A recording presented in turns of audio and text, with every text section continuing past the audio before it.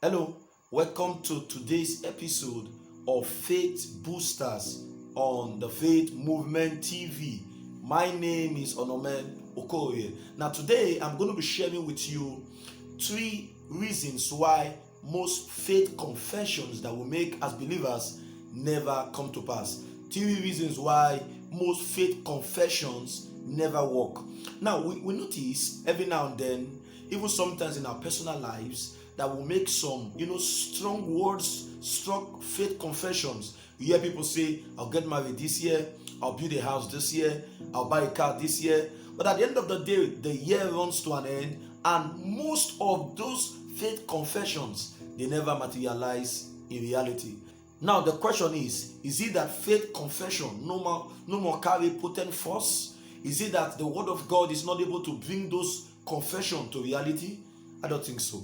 Now, these are three reasons why most faith confessions that we make as believers never work. Number one, they are born from the spirit of competition.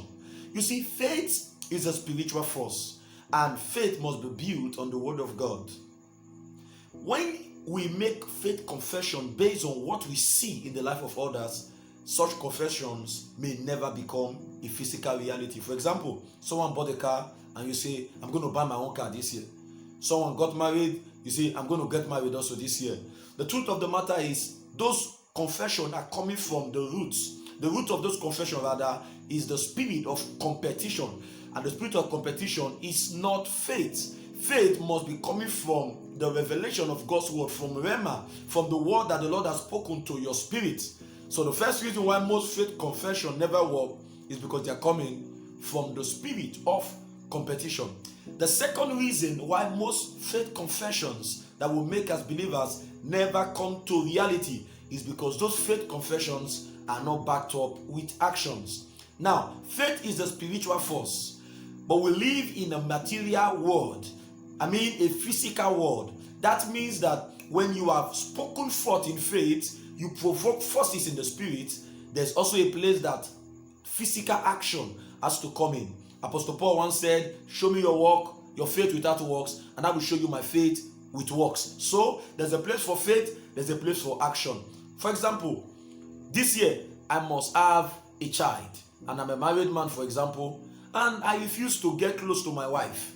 Such faith can never produce result. This year I'm going to be a millionaire, and I refuse to get a job or get an handwork or do something with my life. Such faith is mere wishes. They will never produce result. That's the second reason why most faith confession never work. The third reason that I'm going to share with you on today's episode why most faith confessions that we make as believers never work is because our thoughts are against our words. Now you must understand the mechanism of faith.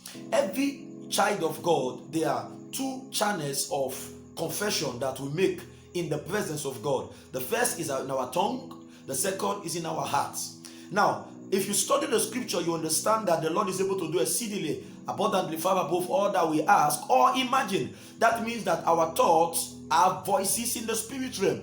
So I cannot use my mouth, for example, and say, I will get married this year, and in my heart I think, how will it even be possible? When my thought is against my word, it neutralizes the effect of my words. So what do I need to do? I must bring my thoughts in alignment with my words. What I am saying by faith, I must also be thinking the same thing by faith. This is the third reason why faith confession do not work for many believers. I recap again. Number one reason, the spirit of competition. Don't say it because of what you see in others. Say it because that is what the Lord has spoken to you. Number two reason is because it's not backed up with action. There's always a thing for you to do to bring the word of God over your life to pass. When you speak it in faith, trust the Holy Ghost to lead you on what to do, and look for something to do to play your own human part.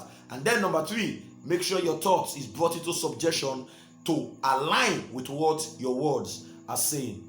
I hope you were blessed by today's episode of Faith Boosters on the Faith Movement TV. Please, if you enjoyed today's episode, please go to the comment section and tell me what you think of the video. Tell me what you learned in today's episode, and please share your thoughts with me. And also, if you have not liked this video, if you do like it, share And if you have not subscribed to my channel, please subscribe to this channel and turn on the notification icon so that when I post, you'll be the first to get to see my video. See you again tomorrow on another interesting, inspiring, spiritually uplifting episode of Faith Boosters. Don't forget, where is your faith? My faith is right here. Have a nice day.